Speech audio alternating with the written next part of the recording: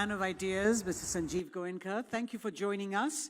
I'd like to now invite Public Media Network's Editor-in-Chief and Chairman, Arnab Goswami, and the Deputy News Editor and Anchor, Suesha Sawant, to please come up on stage to have an interaction with Mr. Sanjiv Goenka, who joins us virtually.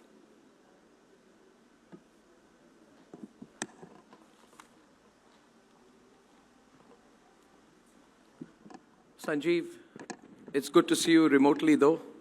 It would have been even better if you were with us in person. I hope you can hear me. I can hear you, Arnab. It's always a pleasure to be with you and at the Republic Summit. Thank you, Sanjiv. Sanjiv, we've been talking to people and stakeholders in business, government, politics, governance, chief ministers. We hope to have the Prime Minister this evening. How have things changed for you? I mean, you're one of the biggest business houses, most diversified, probably one of the largest from the eastern part of the country, and spread out in India and globally now. You're also doing a lot of work globally. You have global aspirations as well. So can you just look at your story and how have government policies impacted you, if at all, in the last, say, 10 years? And how do you look to the next 10? Arnab, quite honestly, India under Modi is a different India. It's a confident India. It's an aspirational India. And it's an India that wants to not only conquer the world, but rule the world. I think it's thanks to the Prime Minister and the policies of this government that every one of us in business has started thinking global, has started thinking scale, has started thinking of while you locate manufacturing in India, you manufacture for the world. The approach has changed. The scales have changed. The aspirations have changed. And of course, the policies have changed. It has become easy to do business in India. And very importantly, India is viewed with a huge degree of respect across the world, as indeed are Indians. And that is thanks to Modi. I'm a firm believer in Modi hai to mumkin hai. Sanjiv, tell me, we've spoken about this and you're very keen to explore things globally. When we say we travel abroad now, we see a different level of respect. The relationships are different at a personal, professional, and business level. Indian companies are thinking of going abroad.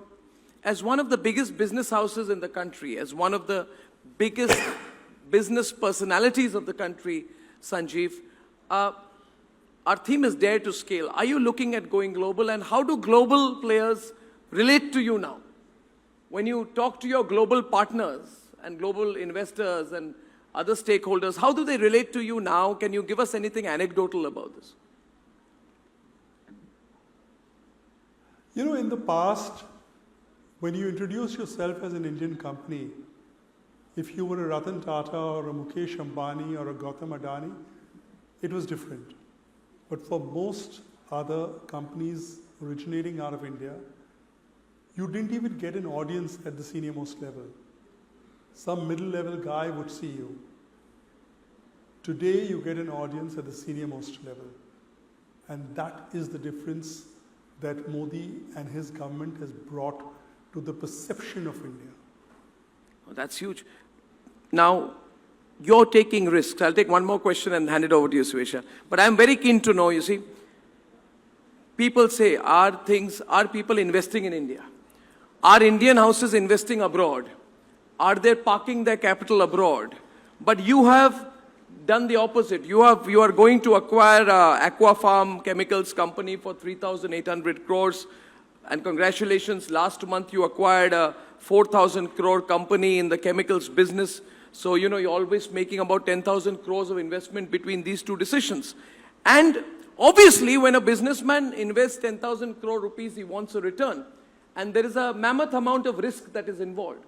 Is this investment possible without a solid foundation, without what you would call a good climate. Can you talk about the climate in which things are happening which allow you to take these fearless decisions? You know, any of these decisions happen on the basis of policies, on the basis of the environment, on the basis of the confidence you have on the administration. And I think that confidence is so huge that people are actually becoming not only ambitious, but as you said, fearless in taking investment decisions. You're talking cautiously still, Sanjiv, but I just wanted you to make this point because, and I'll say this to the audience, you wouldn't be hearing this, that, you know, Sanjiv, if I can just take a detour and give my own. Sometimes we hear that, you know, things are difficult, the government wants a lot of compliance, taxes are being followed, businessmen are feeling insecure, Indian businesses are leaving India, people are leaving their Indian citizenship, more Indians want to stay in Dubai than in India, but Sanjiv Goenka still continues to do almost all his business in India. And if he's going abroad, it is for business reasons, for investment. So he's a classic example of a person. So don't believe the story if somebody tells you that businessmen don't want to be compliant. I think that's a living example of that story. Congratulations to you, Sanjiv, for that. That's a really good thing that you're doing. Suesha takes the next question. Suesha. In fact, Mr. Goenka, I want to make a point further to what Arnab just said about the acquisition of the 4,000 crore company in the chemicals business. You just spoke about favorable government policies. How do you manage to converge that with an astute group strategy? And how does this diversification complement the group's mission towards sustainability? What are your long-term plans on that? This company is actually producing something called green chelates in addition to phosphonates. Green chelates is the most green version of detergents that you can get. And Aquafarm is one of the 2 companies in the world which has this technology. It's very easy to scale up from here, and this is as green gets. I mean, we have the world majors who are our consumers and potential clients who are waiting to get this product. Right, and you know, you take a lot of pride in Indian roots. You're also very high on Ayurveda and the ancient legacy of it. What are the company's plans to take Ayurveda to the international realm now? So we are going to launch Indian Ayurveda in a modified, easy to consume form towards the end of this calendar year in the US. So for example, a traditional kadha as we know it will not be sold as a kadha but will be sold as an infusion. The normal chavanprash, the normal shitopaladi will be sold in gummy form. So it's all easy to consume. It's the same formulation, but just made easy to consume. Can I take the next? Yes, please. Sanjiv, you are a 200-year-old group if you look at your whole history. And you have a big asset base. You have a $7 billion asset base. You have solid revenue flow. You have, I think, of over $4 billion annually revenue flow, 4.3 billion, I'm told. So you should be in a good position to be looking at areas where the growth will be. I'm sure you don't believe in sitting on capital. I'm sure you believe in investing, and you're investing, you're going into different areas. So I'm very curious to know, and many businessmen, entrepreneurs will be keen to know what are those areas which someone as savvy as Sanjiv Goenka will invest in. You're going into some areas, some element of FMCG. You've gone into a bit of media. and you've acquired an IPL team, which I don't think was a business decision. It was more an emotional decision. But having said that, what are the areas in which Bharat over the next decade will see exponential growth?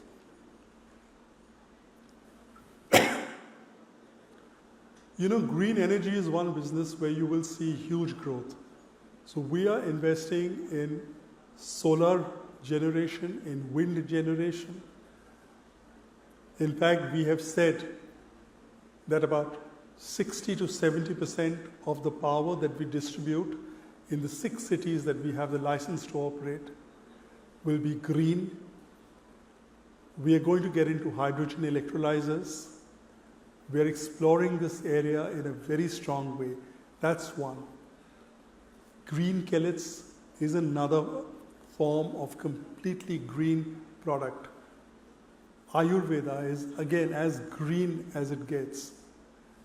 So we are looking at green as the path forward. We do believe that is the way to go. I'd just like to mention your comment on the IPL team. Yes, meant to provoke you. I've heard this before, that it was not a business decision. Yes. But let me just say that I paid 7,000 crores for the license. 2 years later, I sit on more than one offer at a value of 14,000 plus. So you're saying that investing 7,000 crores in Lucknow Super Giants is a business decision? Well, out of the 7,000, I've said this before and I'll say this again, 6,100 was something that came out of a calculation done by our advisors and financial consultants. And 100 crores per year was the passion element. Don't worry, I'm just provoking you. I'm just pulling your legs, Sanjiv. Don't take me seriously on this one. Let me have some fun. It's been a day of serious conversations, and I think I have the ability to pull your leg once in a while. We go back a long enough way to do that. But what are you doing? For I mean, sure. are people like sure. you and Gautam Adani, Mukesh Ambani, I'm sure, and other major, the Birlas, are you doing enough to generate entrepreneurship? That's my first question. And my second question is, how do you view people who are running behind valuation? You see, Sanjiv, you're a 200-year-old company. Today, everybody wants to be a billionaire within 6 months. Everybody is after this valuation game. And running behind the valuation game, you've seen what happened to certain companies in recent days, like Byju's and others, you know. So, please answer both these questions. It's important that we must have the right ethics when we are running a business. So, 2 questions. Are you really doing enough to grow entrepreneurs from your side, as a company, as an individual? And C, what do you make of this running behind billions instead of building sustainable businesses? Arnab, if you build sustainable businesses which are profitable and growth-oriented, you will make billions. A concept can give you a head start. But if it is not sustainable, if it is not cash accretive, if it is not stakeholder remunerative, True. you're not going to get valuations which are sustainable. So I, for one, am not a great believer in these very fancy kind of media hype that gets created over certain companies. But having said that, look at the number of companies which have started from scratch and have done so admirably. There's so much to be learned from that zeal, from that spirit, from that never say die attitude. You talked about Mukesh and Gautam Bhai and Kumar. They're in a scale way above mine. Mukesh is somebody I've unabashedly said is like my guru. He's somebody I look up to. He's somebody I try to follow. But they are there, I'm here. So, as far as I'm concerned, as far as we are concerned, we've started a small venture capital fund for FMCG.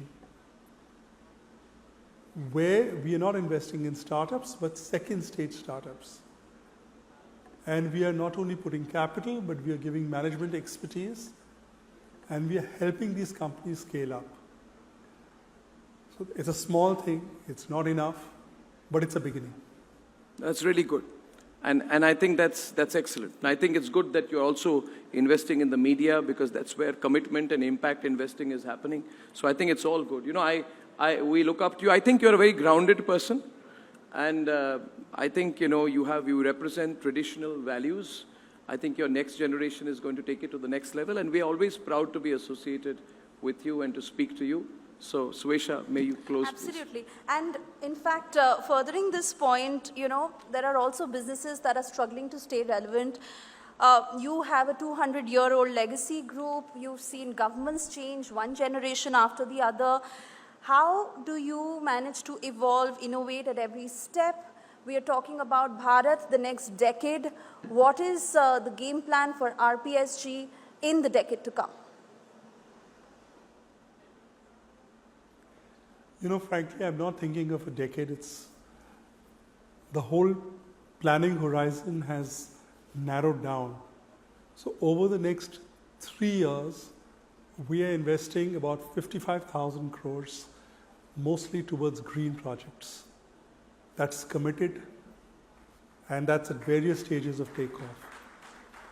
And we'll take the next step. We'll start planning on that 12 months from now. So 3 takeaways from this conversation, Suesha, that I carry. 1, invest in India. Big Indian businesses are investing in India. This theory that big Indian businesses and successful businesses want to leave India because of compliance issues is completely wrong. Absolutely wrong. Second big takeaway is invest in value creation, not valuation. And I think that's very important. And third is, from talking to him, remain grounded. Thank you very much. It's been an absolute pleasure, and look forward to seeing you soon, Sanjiv. Thank you. Thank you, Sanjiv. Lots of love. Thank you.